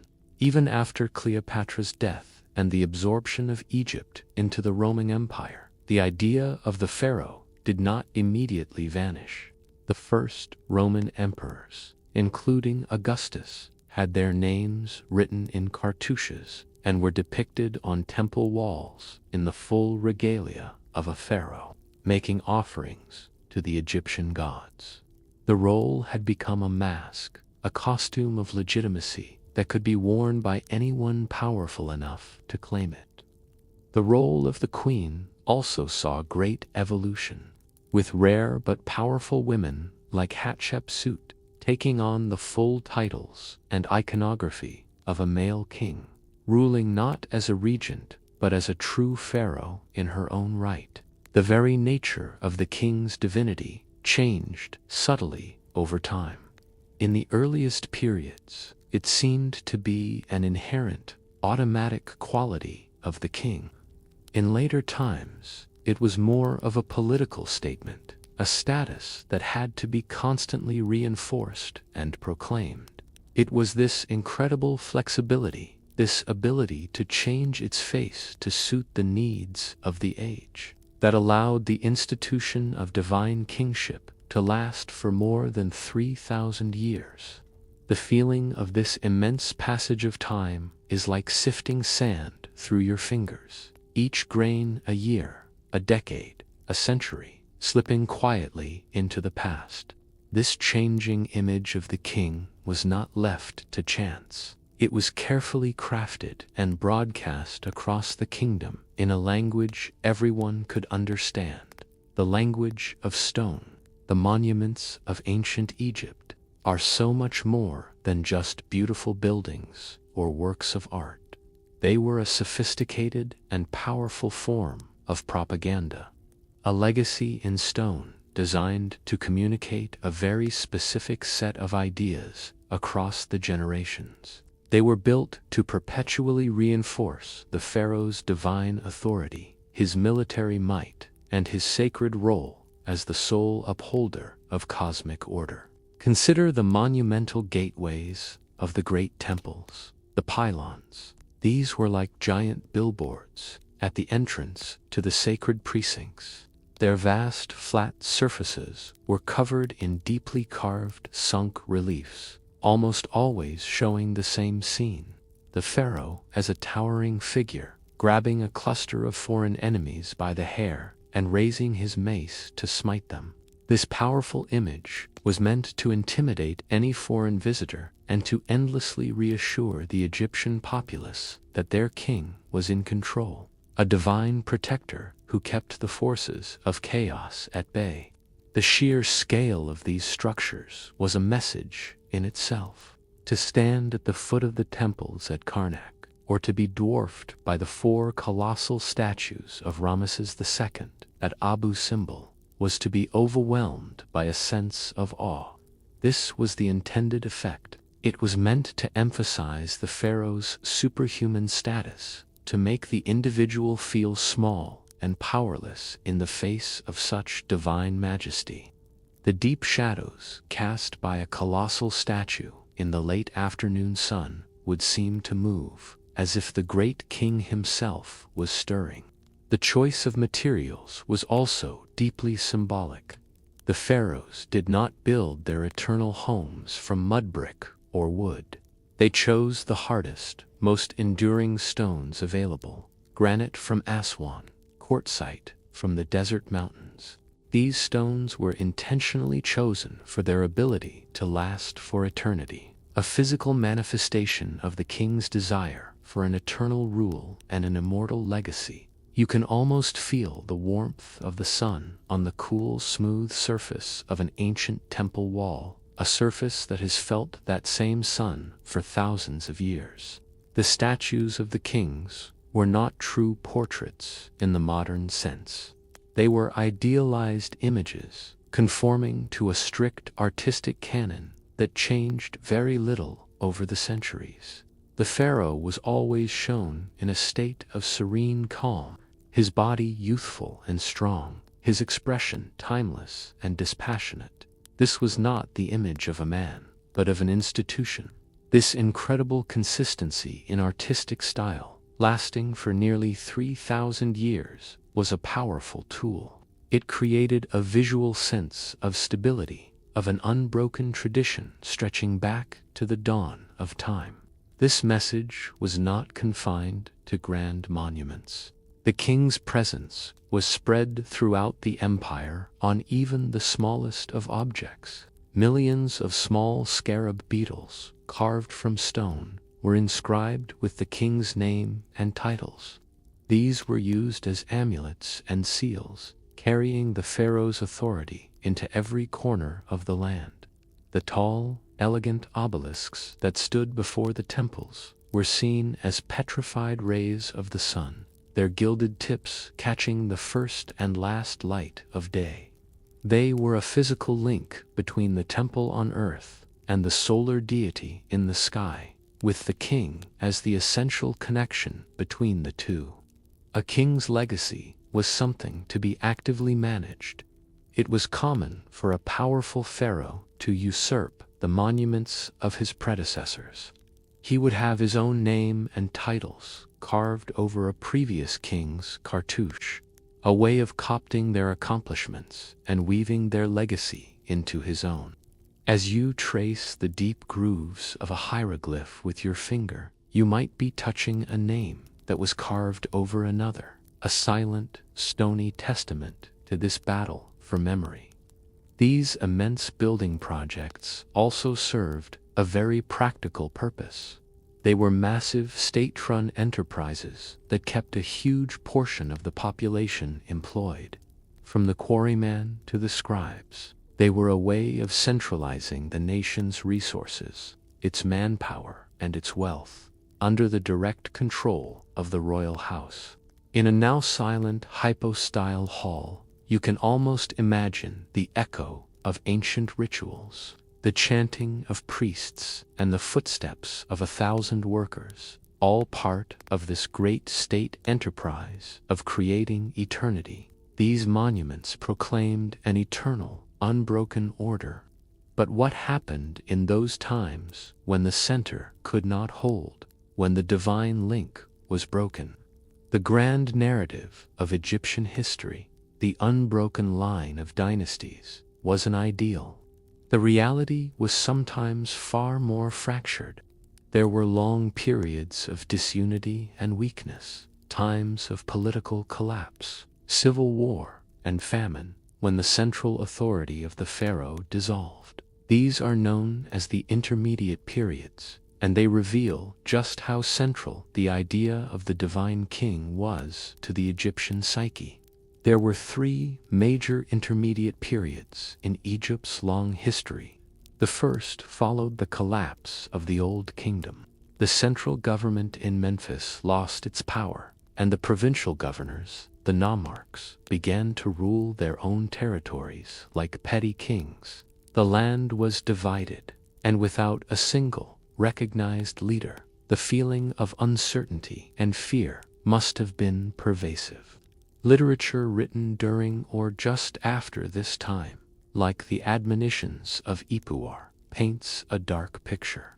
It laments a world turned upside down, a breakdown of social order where the rich became poor and chaos reigned.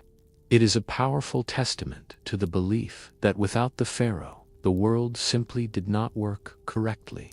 This dark time only ended when a powerful family of rulers from the southern city of Thebes fought to reunite the country, ushering in the stable and prosperous Middle Kingdom.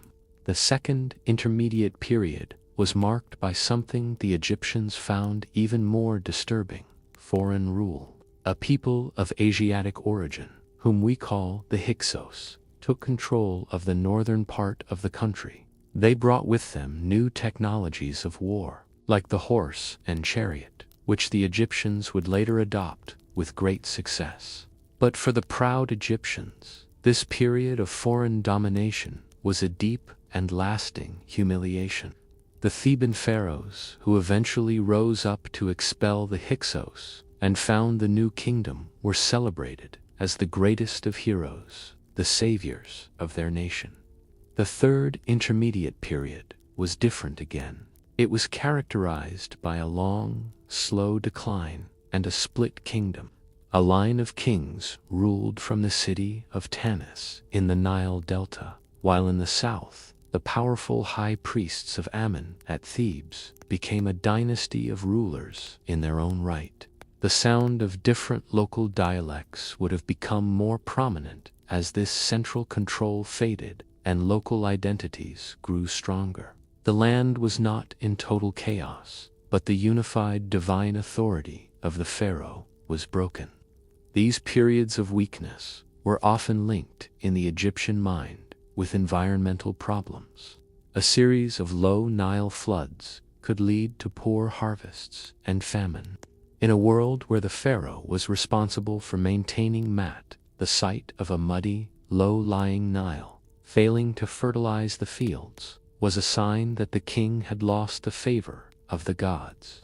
The imagined taste, of course, Gritty bread during a time of famine would have been a bitter reminder of this divine failure. In these times of decentralization, once great temples and monuments might fall into disrepair, their endowments lost, their priests scattered. Yet Egyptian culture did not die. Art and literature continued to develop on a local level, with regional styles and traditions flourishing. But the memory of these chaotic times was a powerful tool. Later, pharaohs would point to the intermediate periods as dark ages, a warning of what could happen if the country was not united under a single, strong ruler. The memory of chaos was the best argument for the necessity of the god-king. But even for the kings who ruled in times of strength, their legacy was never truly secure. It was in the hands of those who came after, who could choose to preserve their memory or erase it from time itself. For a pharaoh, death was not the end. It was the beginning of a new phase of existence as a divine ancestor. But this eternal life depended on one crucial thing: being remembered. The judgment of posterity was the final and most important trial a king would face. His legacy was a fragile thing, shaped by the choices of his successors. Successful and respected pharaohs, great builders and conquerors like Thutmose III or Ramesses II, were venerated for centuries after their deaths. Their names were carefully recited in long lists of royal ancestors. During religious ceremonies, the official king lists, like the famous one carved on the walls of a temple at Abydos, were carefully curated documents. They were designed to present an idealized, unbroken line of legitimate succession stretching back to the first king, Menes. They were a statement of order and continuity. But these lists were as much about forgetting as they were about remembering. Kings who were deemed illegitimate or heretical were deliberately omitted. Their reigns were erased from the official record as if they had never existed. This official forgetting was a political act, a way of cleansing the timeline of inconvenient or disruptive rulers.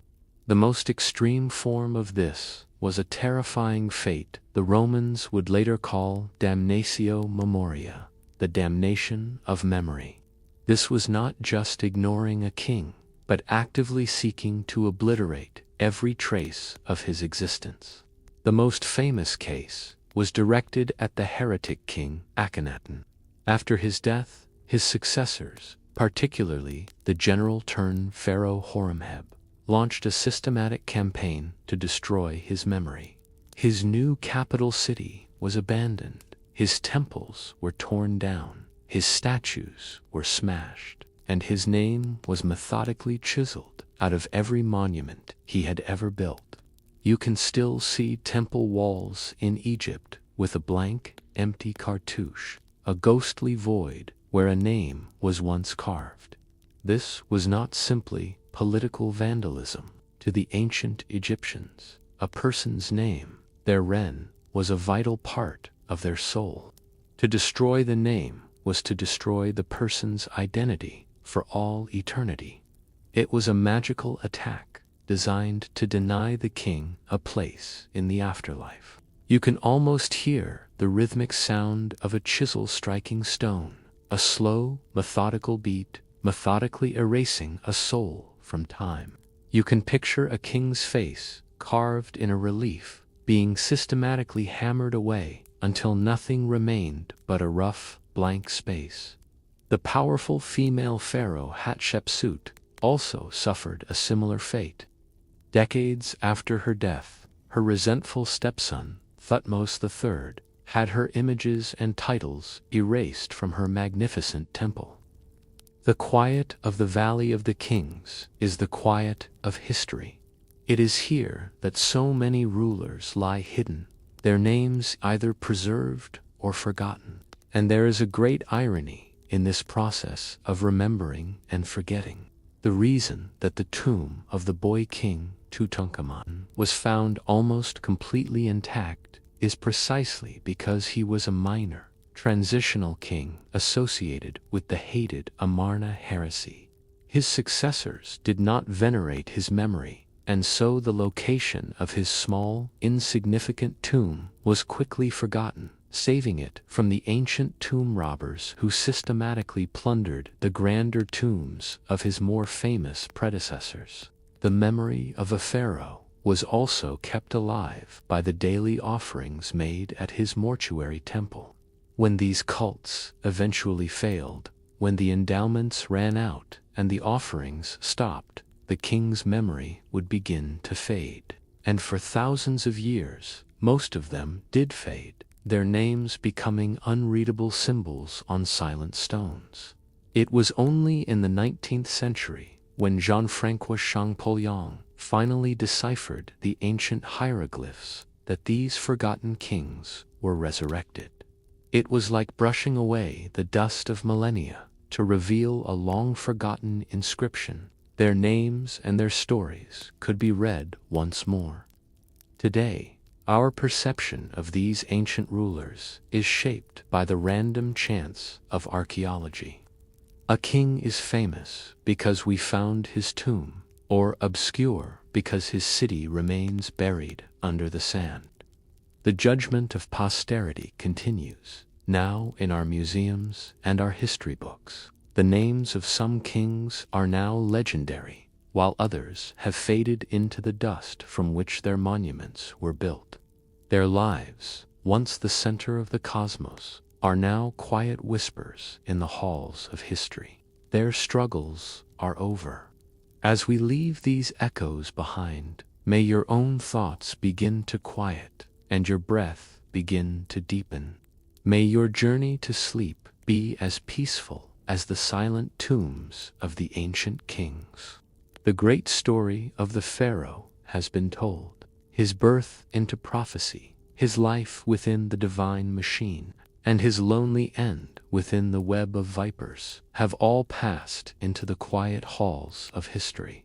Our narrative journey is over, but the world of ancient Egypt was so much richer than the life of just one man.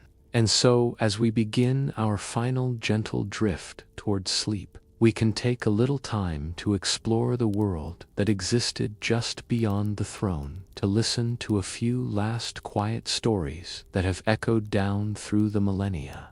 We begin with the woman who stood beside the God King, a figure of immense power and grace in her own right. She was the great royal wife, and she was the power behind the throne. Her primary title, Hemet Neswewat, set her apart from all other women in the kingdom.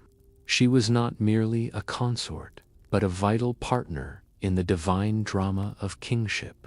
Her role was both political and profoundly religious, a cornerstone of the Egyptian state. Often, the great royal wife held powerful religious offices. The most significant of these, especially in the New Kingdom, was the title God's Wife of Amen.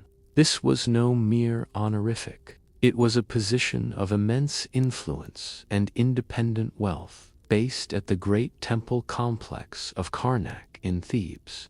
The God's Wife of Amen was seen as the divine consort of the god himself, and in this role, she controlled vast estates and resources, making her a major political player. Her most fundamental role, however, was to provide the dynasty with its future. As the mother of the crown prince, she was the vessel through which the divine bloodline was passed. She secured the future of her husband's house, and her son would one day become the living Horus. This gave her a status and a security that the king's lesser wives, living in the competitive world of the harem, could only dream of. Some of Egypt's most powerful queens were active and influential figures on the world stage. Queen Tai, the wife of the great Amenhotep III, was a formidable diplomat. We know from letters found in foreign archives that she corresponded directly with the powerful kings of the Near East, who treated her as an equal and respected her wisdom. She was not simply the king's wife. She was his trusted advisor and partner in rule. A generation later, the beautiful Nefertiti, wife of the heretic king Akhenaten, was depicted with power that was almost unheard of for a queen.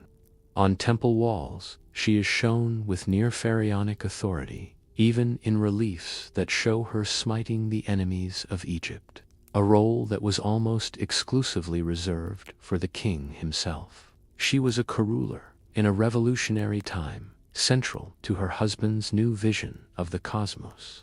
The love and respect a pharaoh could hold for his great royal wife is perhaps best seen in the legacy of Nefertari, the beloved wife of Ramesses II.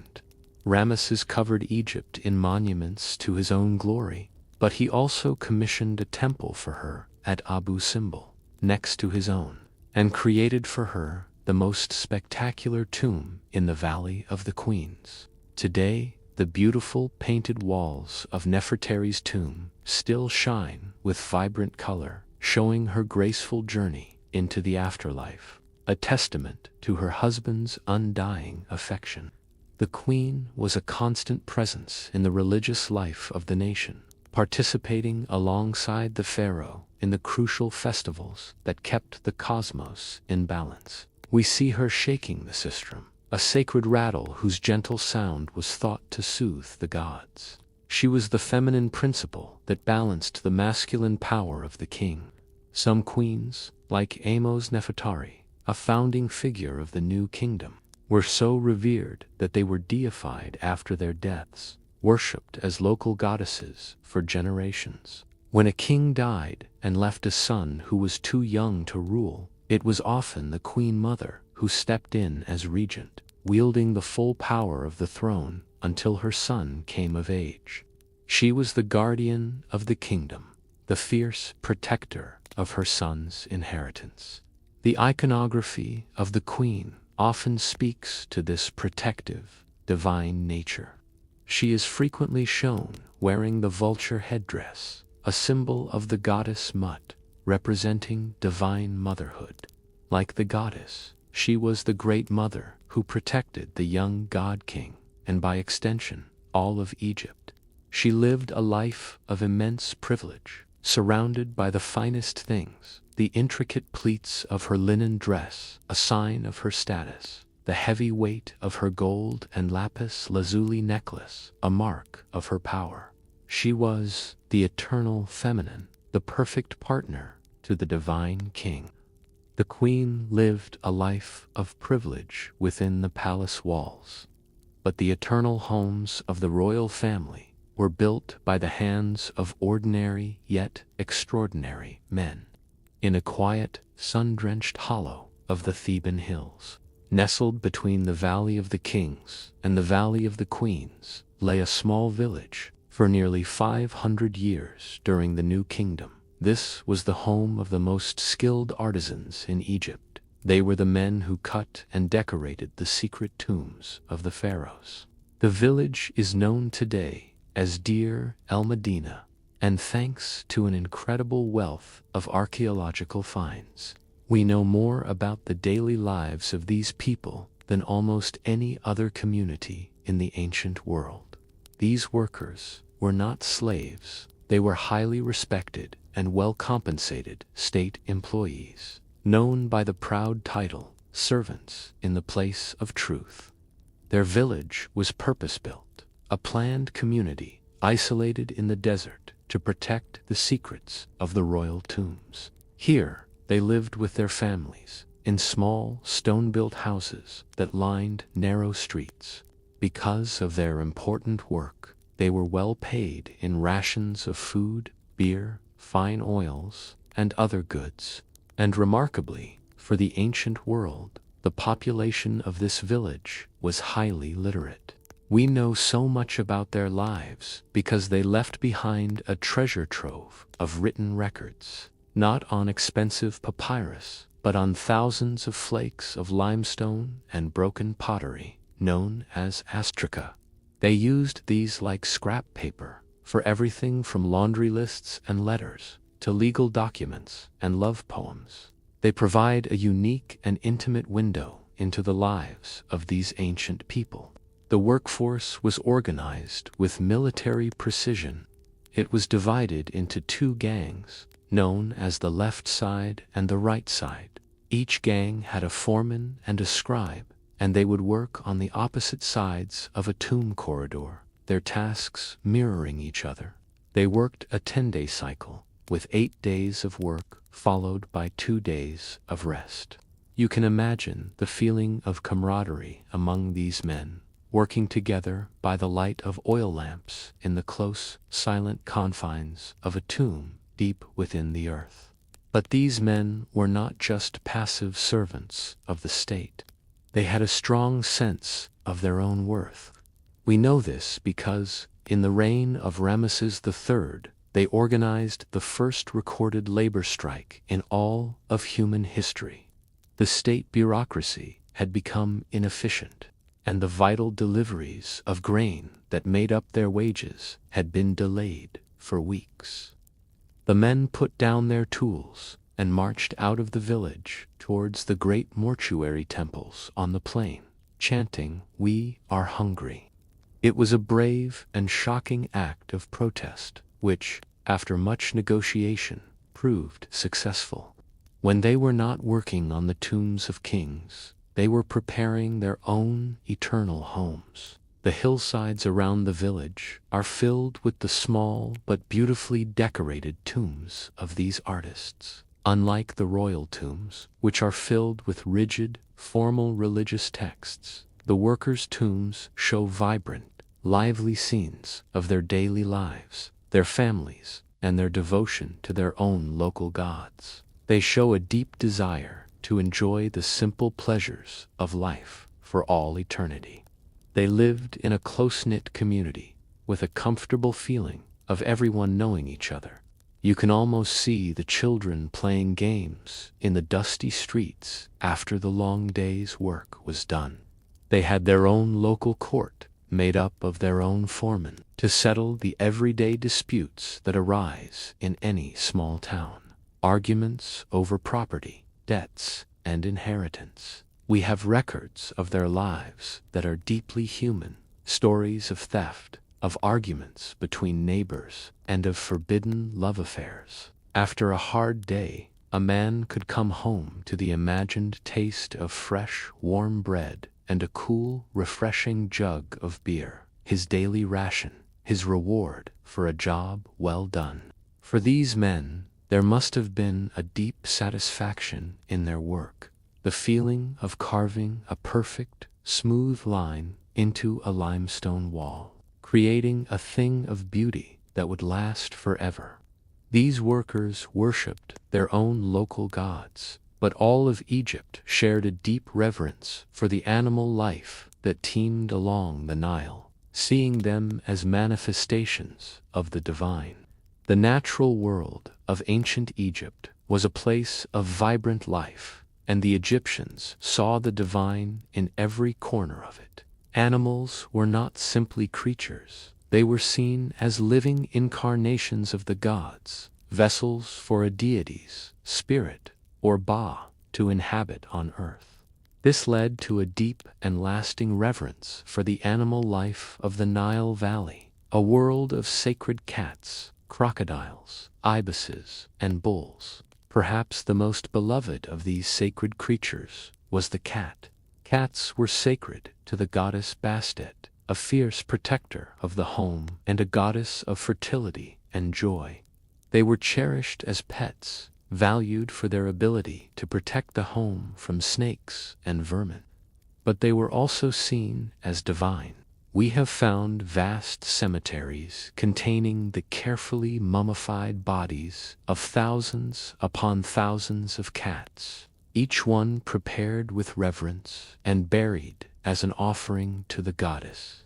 You can almost feel the gentle purr of a cat as it rubs against your leg, a small domestic echo of this great divine protectress. Other creatures were associated with different gods. The elegant white ibis, often seen wading in the shallows of the river, was sacred to Thoth, the great god of wisdom, writing, and magic. So too was the baboon, whose thoughtful expressions were seen as a sign of intelligence.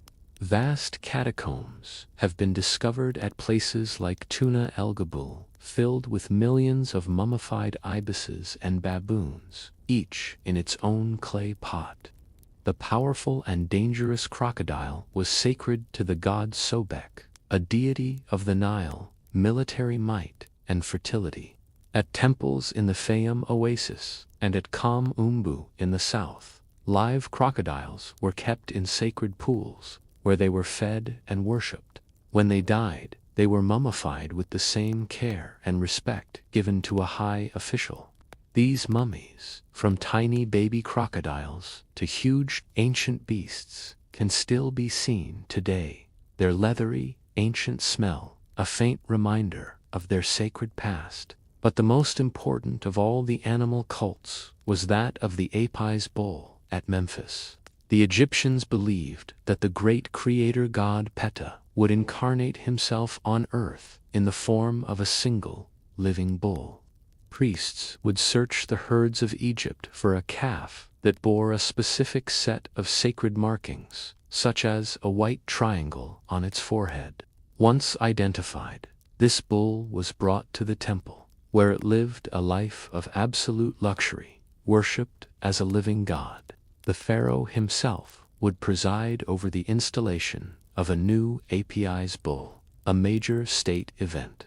When the Apis bull died of old age, the entire country went into mourning. Its body was mummified with all the elaborate care of a king. The bull's massive body was then placed in a gigantic stone sarcophagus and buried in a vast underground labyrinth known as the Serapeum. To walk through the dark, cool, and silent underground chambers of the Serapeum today is an awe-inspiring experience. The sheer size of the granite sarcophagi is a testament to the immense reverence the Egyptians had for this sacred animal. Even the smallest creatures could have great symbolic meaning. The humble scarab beetle, which could be seen rolling a ball of dung along the ground, was associated with the god Khepri, who was believed to roll the sun across the sky each day. The beetle became a powerful symbol of rebirth and resurrection, and small scarab amulets were one of the most common forms of protective magic in all of Egypt. Because of these deep beliefs, killing a sacred animal, even by accident, was a terrible crime, one that could be, and sometimes was, punished by death. This was a world where the divine was not remote, but as close as the sound of river water lapping against the shore, where a sacred crocodile might be basking in the sun. The care taken to preserve these sacred animals mirrored the ultimate sacred craft, the art of embalming, which prepared the pharaoh himself for his journey into eternity. Our final story is a quiet one. It is not about power or politics, but about a sacred, methodical craft. It is the story of the embalmers and the secrets of the 70-day journey that transformed the body of the dead king into a vessel for eternal life. This process was not seen as gruesome, but as a deeply spiritual and necessary rite, a holy task performed with reverence and skill. The entire process took exactly 70 days. This number was deeply symbolic, corresponding to the period of time when the star Sirius, which the Egyptians associated with the goddess Isis, was hidden from the night sky. The work took place in a special workshop located near the tomb, called the Wabit, or the place of purification. Here, under the watchful eyes of priests, the sacred work would begin.